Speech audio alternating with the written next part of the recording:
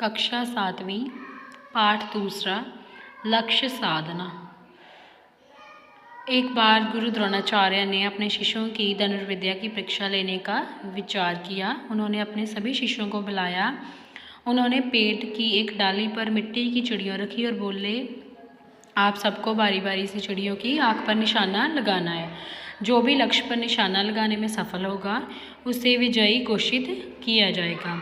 लक्ष्य पर निशाना लगाने से पहले गुरु द्रोणाचार्य ने एक एक करके सभी राजकुमारों से पूछा, लक्ष्य की ओर देखने पर आप सबको क्या दिखाई दे रहा है? युधिष्ठिर ने कहा, मुझे आप, मेरे भाई, पेड़ और उस पर रखी चिड़ियाँ दिखाई दे रही हैं। क्रोधित होकर गुरु द्रोणाचार्य ने दुर्योधन से पूछा, क्या तुम पेड़ पर रखी चिड़ियों को देख रहे हो? दुर्योधन बोला, मैं आसमान, पेड़ और उस पर रखी चिड़ियों देख रहा हूँ। उस पर गुरु द्रोणाचार्य ने कहा, कुमार दुर्योधन, यह एक गदा युद्ध नहीं, जाओ और जाकर अपने स्थान पर बैठ जाओ। अब भीम की बारी थी। गुरु द्रोणाचार्य ने भीम को बुलाया, वही प्रश्न किया।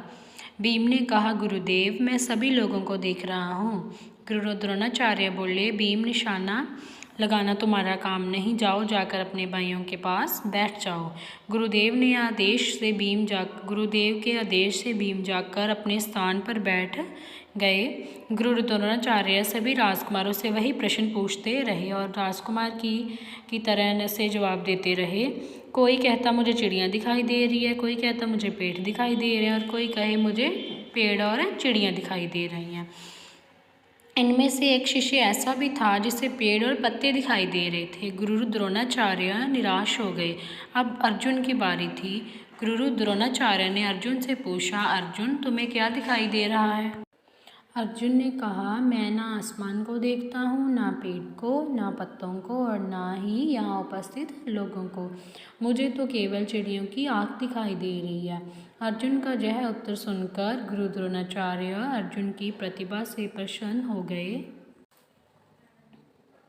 और उन्होंने अर्जुन को निशाना लगाने को कहा। अर्जुन ने तर्कश से तीर निकाला और लक्ष्य साध कर बाण छोड़ दिया। निशाना इतना सटीक था कि सीधे चिड़ियों की आँख में जा लगा।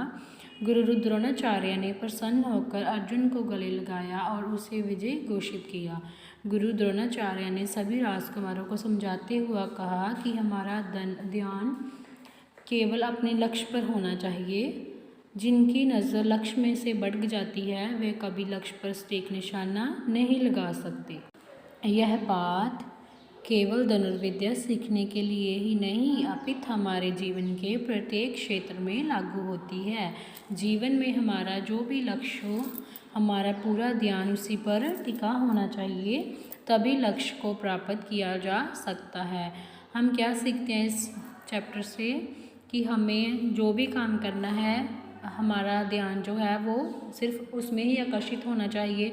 अगर हम इधर उधर भटकते रहेंगे तो हम कभी भी अपनी ज़िंदगी में किसी भी काम में कामयाब नहीं हो सकते।